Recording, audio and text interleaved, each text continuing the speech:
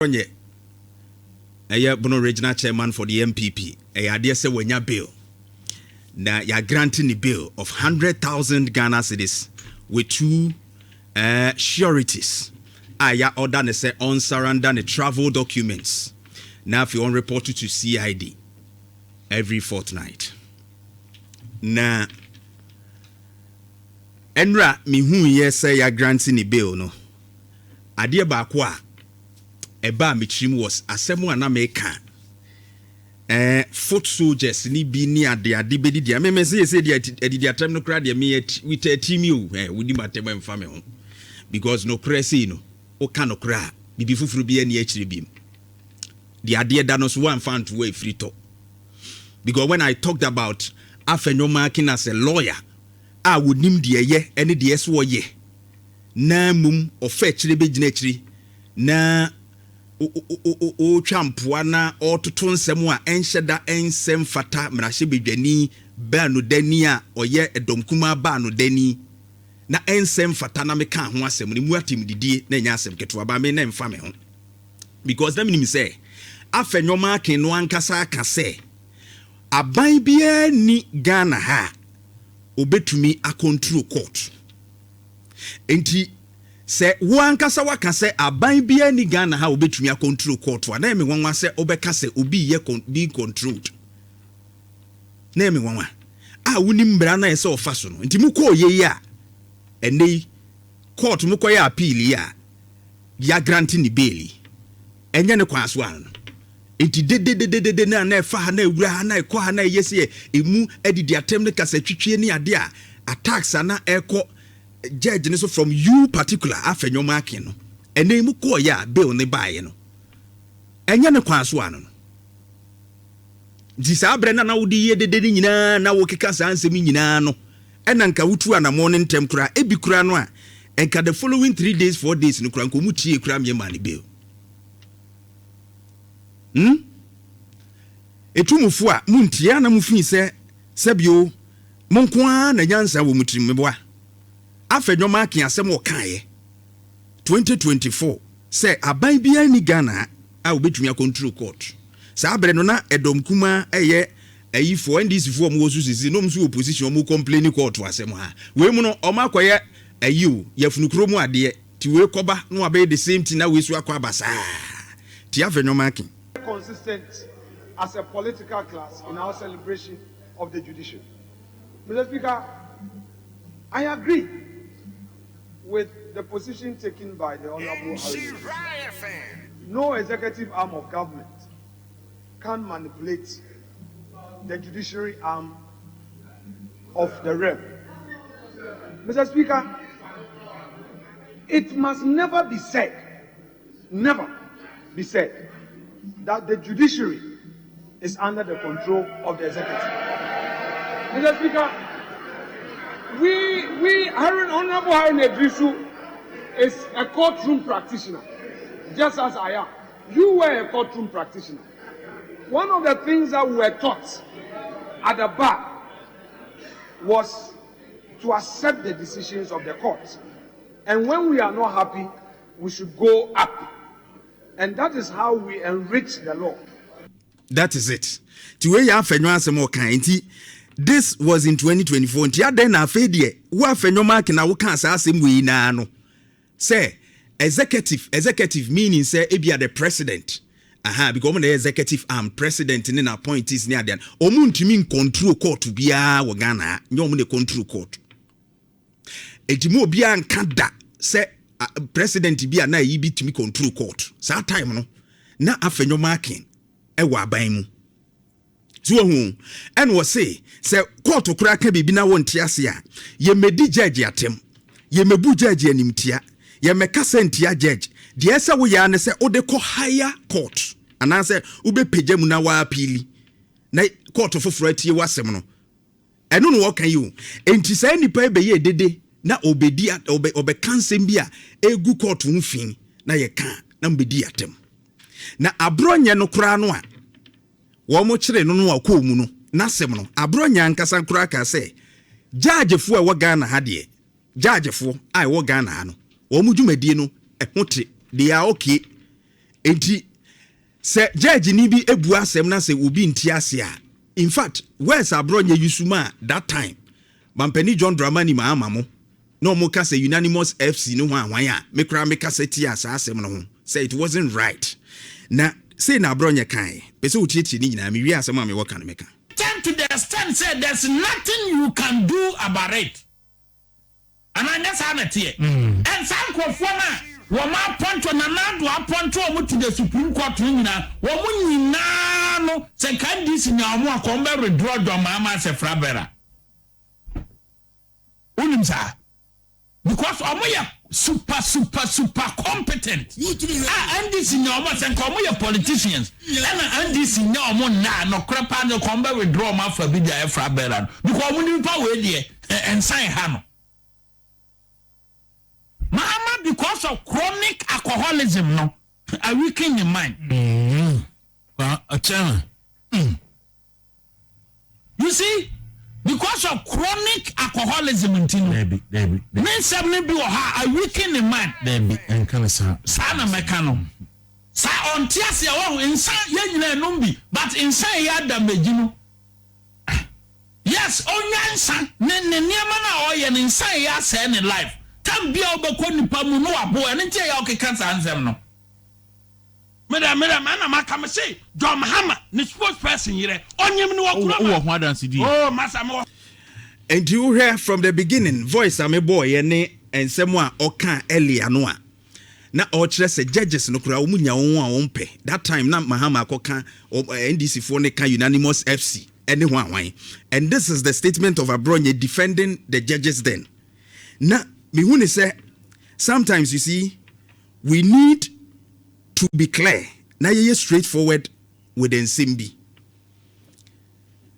ye wo kasa ye kan wo maimu free speech you be atimi kan asɛm de but nsɛmbi wo ho na wo ka na sɛbe egu obi hu fi ana eye atora when sansɛm no enye no kra about those individuals no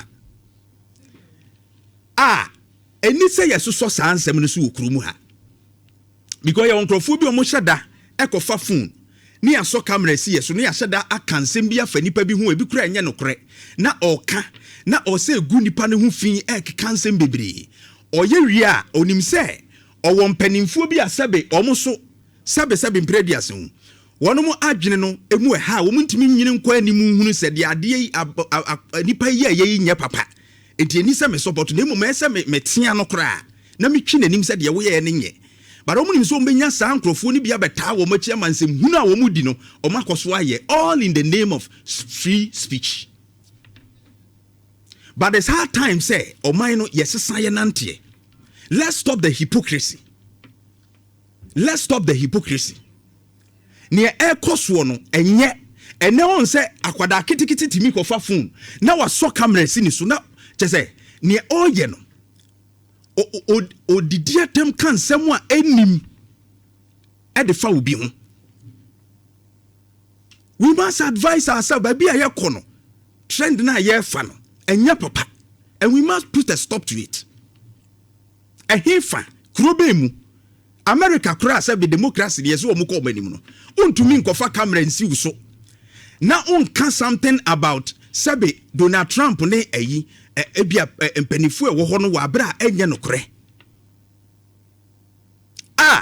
secret agencies ne FBI for ne ade mefa se be ma evidence ana be chirim. We must stop the hypocrisy. Sa asem na wo kan wonim se enye no kore ene me nkoka brebre ama amane ama brebre ama amane ama. And sometimes o transna wo tie nsem ni bia na wo bisa ho se omo a defend such reckless statements ni ensem a manfo eka no eya adwene ben pa na wo modwene and Abronye de ya eba ye no ne de aye ayi your friend say yard sticker ye ka ho asem a ye yi ono hia TV enipa wa attack wo mo aka wo mo so asem adi wo matam nya agro we ya ba ko ya me bo kire wa no waka say mama akonyi mobi akoye say we no atwa mu bank ene no waka ne friends wo me ma evidence wo ntimi ama na mra ni dia be ka ho asem ene de wo kan ya yatwe na kogina court a efa judge no ho se judge na bon ne grammar kura nye grammatical errors no wodi ye ruling na tworo kura nye judge na tworo kura nye eni ade no tie no judge no media count me out go you can do foco kwaswa na tenase na sa political judge na wudi wo horo kwaswa na di na krakra brofo a emfa kwamu wo brofo a enye ruling grammatical errors nkwa na de ti adenta secret court wo ruling sinyina wo twere grammatical errors nkwa enti wei na wo ma frɛ ne sɛ fa ruling na ekura wo hu sɛ watwere baabi a ye is not no or the does not any one ye grammatical errors no fa be kyerɛ na wanya ama I'm a prove as evidence. This is not in the name of free speech. So when to me and prove and free speech asem. Because anything you say, you must have evidence to back it. You can't just say things about people and go say free speech inti makabi biana meko. Hey, nanenka what o my ben and ko bit me atena sa. And civilization abeye ni bia bey. Ye pese da so tena ye ntebia mu se sebe o baabi ani bie ni ho baabi a wiase ko ni anything that goes technological world ye ko ye nimu ye se betena se aye sa sebe nkurase sem no sa. If you cannot prove these claims then me emra ni udi anya masem emfa me ho because we can't remain uncivilized. Ye ni bie ye ni bie na social media na ma bibia ba ama na ye hu e de ama ye anhwe ni ya ohun ehu ya anhwe ni ya ehu na wan ka no kura so anjire nipa enye. I like George Opoku Amponsa, one of the finest gentlemen wo MPP mu ade obetro wo ne wo enra na mani agye se ye won krofo betumi agina ka no kure a kire nipa se ade bi wo ho a wo ya ese wo to bo ase enye papa and je fato soma me George Opoku Amponsa de no na word bi o use me de mintimi nka. In fact or describe Abronye and wo kase wa ma MPP ene Abronye ama MPP akoye te se concert party yesre MPP twe because party deni munyam odi twitwi fam all in the name of free speech no. But you see adidi atembi wa mintimi mo je fato soma screenshot to be on Facebook. Now it's very very very serious baby aye kono because enkwada edi echire nyina no so esua. Now the word Okawa, I was say it's getting sickening, and he must be told anyway by some of us. Adeng. Sound working Adeng. Or say enough of the Nkura system and what George Opoku Amponsa. George Opoku Amponsa.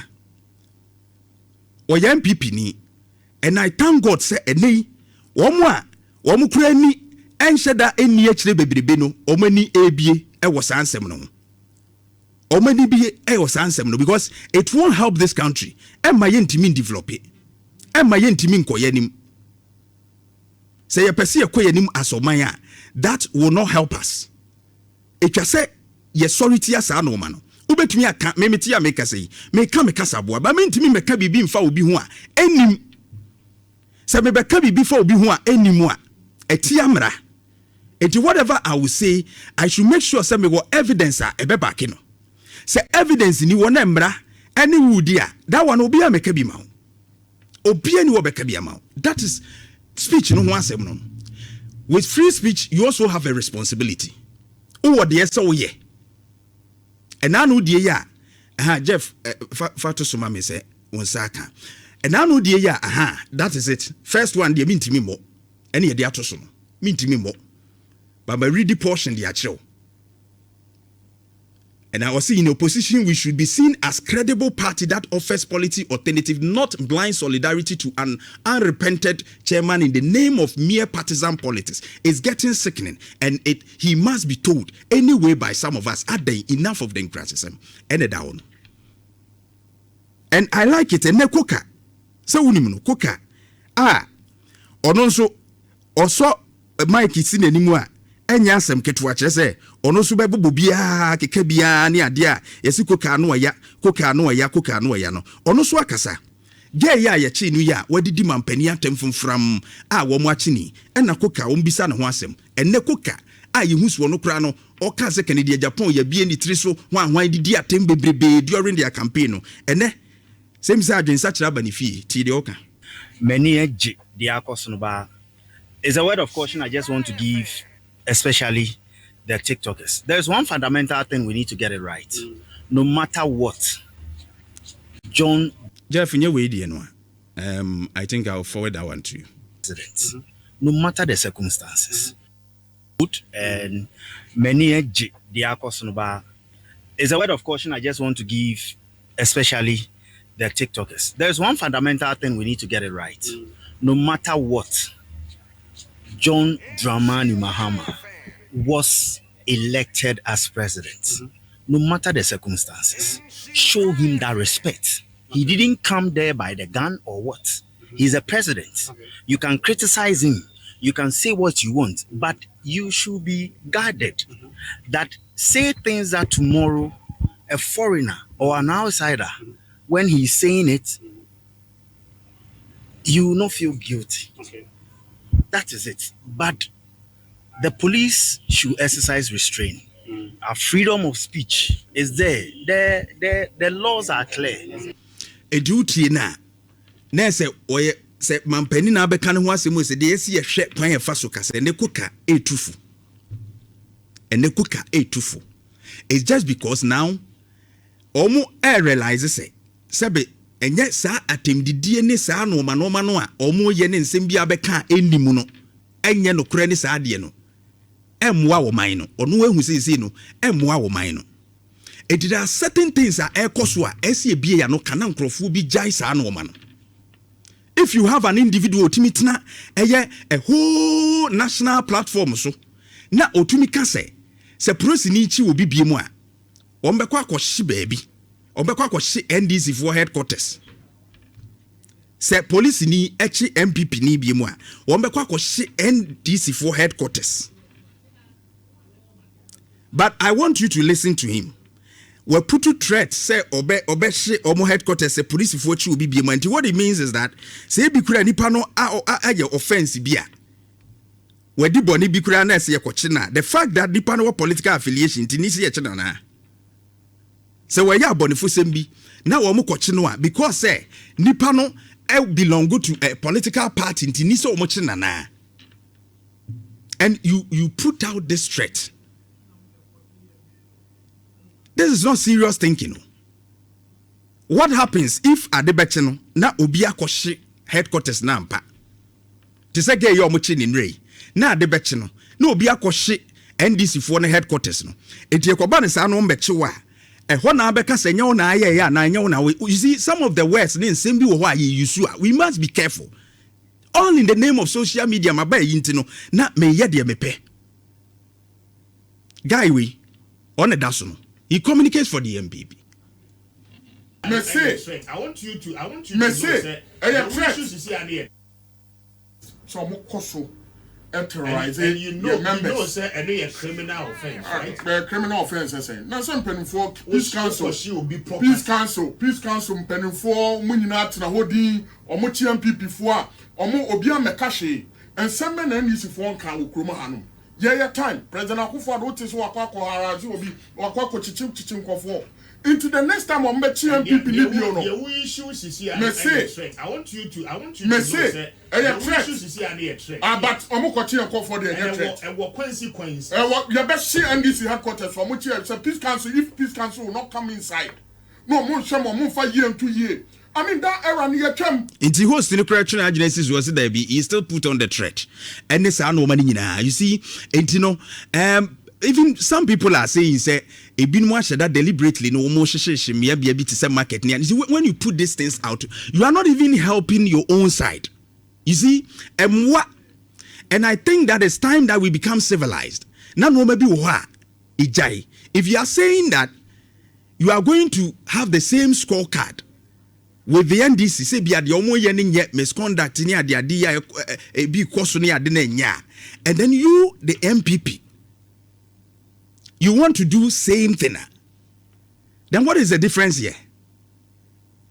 We need you to show say be a credible alternative to say yewra yi kan ye no opoku kan ye no a me de to so no o alternative ye fawa Jojo Poku amponsa ene da ho no o say we must show it is getting sickening.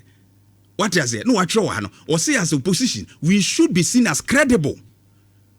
But credible nene say wo places. No. But you see, in all, Dr. Alhaji Mahmoud Bawumia. Now, when him and that MPP anymore. Jeff, let me talk because enye koka NS will be truthful. Enye koka me bo koka de no a enye koka NS will be truthful. Extra party for ni biye sa. Eye wo Dr. Alhaji Mahmoud Bawumia. NS will truthful. Extra party for ni biya. Sebe one. Obi bekwa akɔka asɛm a enim ɛbɛyɛ atrɔtro obi so obi bekwa akɔ denigrate pani bi anase ɔbɛyɛ no ma bi a ɛbɛgu pani bi ho fi na ɔbɛka sɛ o take action against him ni nyina ɔmo yɛ a ɛyɛ wanim abaya we yɛse ni in account o use no watrɔ no Bawumia ba enti o use wudin. And Abronye ne womo eka ho ni nyina no they are doing all these things and wudi and daso Dr. Alhaji Mahmoud Bawumia wanim and daso. So if you are not happy about what they are doing, you need to sit up and speak about it.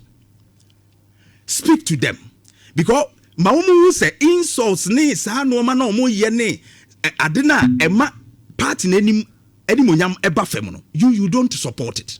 You disapprove of it. It must be clear to them that you disapprove it.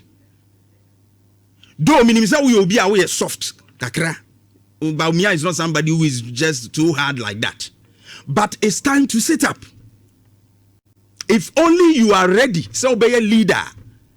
If you are ready to be a leader, one kasa you must be able to lead them and control them. So when Timian control the whole membership of the MPP, which is even less than 5 million, when Timian control, how can you even manage a whole country of over 34 million? You need to show leadership. Dr. Alhaji Mahmoud Bawumia, show leadership. These people who are doing that are very few among the party. In say MPP a party, you want learned people wom, you want ma sabi woma dwene mu do ewom. And so name penifo no so omo ka hwe ya. Omo adi akire no. Ase womo mpeso mbeben po no matie. But who Dr. Alhaji Mahmoud Bawumia say flag bearer no. A lot of them are doing this just to support you. So let them know say sa anya sa kwan no so ene ye fa. Ni ma e kasa ho nte no atuo mo fo saa. Ni wo kan fa facts back it. Evidence back it. Enkotwa tro kodidi atemo na wadin kotia obi a. So mo ya eba wudinim. And Ghana for mpesa.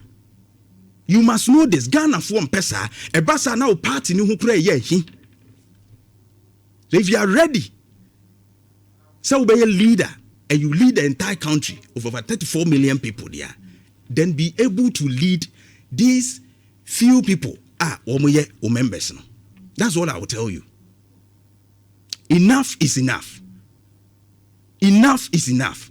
Because when you saw me this album for 7 1, who Bawumia beba, and no crofwa beta or machi, and no manya kukudro no moye, but let them know, say, you are not ready to support people who go through that agent. Now we will be our credible, we are clean, and so they shouldn't do that on your behalf. So why yes idea? Now it means you support it. If you say silence means consent.